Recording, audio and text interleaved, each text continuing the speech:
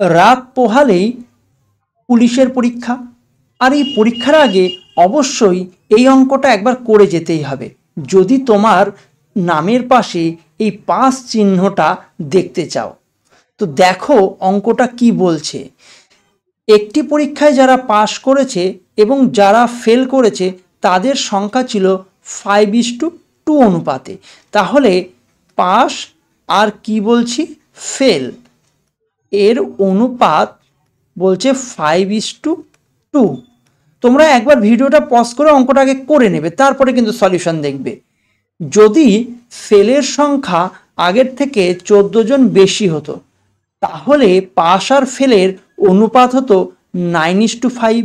তাহলে এখন নতুন অনুপাত কত হচ্ছে, 5 আর 2 থেকে নতুন অনুপাত হয়ে যাচ্ছে 9:5। আচ্ছা, এই যে অনুপাতটা কেন চেঞ্জ হলো, তুমি বলবে যে অনুপাতটা চেঞ্জ হওয়ার কারণ হলো 14 জন বেশি ফেল করেছে। এই যে এই লাইনটাই হলো এর পিছনের কারণ। ফেলের সংখ্যা আগের থেকে 14 জন বেশি হতো, তাহলে আমি বলবো ফেল বেড়ে গেল 14 জন, তাহলে +14 লিখি। আচ্ছা, এই 14 জন তো আর আকাশ থেকে টপকায়নি, নিশ্চয়ই পরীক্ষায় উপস্থিতি ছিল, অর্থাৎ এরা নিশ্চয়ই পাস থেকে বেরিয়ে গিয়ে ফেল করে গেছে, বুঝেছো? তার মানে কি -14 লিখলাম পাশের দিকে। এই কথাটা কিন্তু বলে দেওয়া থাকবে না, তোমাকে বুঝে নিতে হবে যে 14 জন কোথা থেকে এলো, পাস থেকে বেরিয়ে এলো।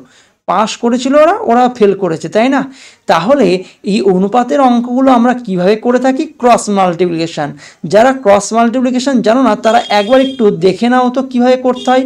উপরে কোনাকুনি গুণ করে বিয়োগ, ঠিক আছে? তাহলে 5 5 25, 9 2 18, বাদ দিলে কত হয়, 7টা অনুপাত, তাই না? 5 5 25, 9 2 18, বাদ দিলে কত হয়, 7 অনুপাত বা 7 ইউনিট। আর নিচেও কোনাকুনি গুণ করে অ্যাকচুয়ালি বিয়োগ হতো, কিন্তু নিচে কোনাকুনি গুণ করে বিয়োগ হতো, যেহেতু আলাদা চিহ্ন আছে তাহলে যোগ হবে, কিন্তু একই চিহ্ন থাকলে বিয়োগ করবে, মনে থাকবে কথাটা? তাহলে তুমি বলবে যে দাদা ঠিক আছে, 5 14 তাহলে 70, আর 9 14 যেটা হবে সেটা। তার মানে আমি কি 14 এখান থেকে কমন নিতে পারি, কোনাকুনি গুণ করলে দুটোর মধ্যে দেখো 5 14 আর 9 14, দুটোর মধ্যেই 14 আছে, তাহলে 14 আমার কমন চলে গেল। আর পড়ে থাকলো তাহলে যে দুটো, ওই দুটো যোগ হয়ে যাবে নিশ্চয়ই, 9 আর 5। আচ্ছা, 9 আর 5 যোগ করলে এরাও তো 14 হয়, তাহলে গুণ 14 লিখে দিলাম।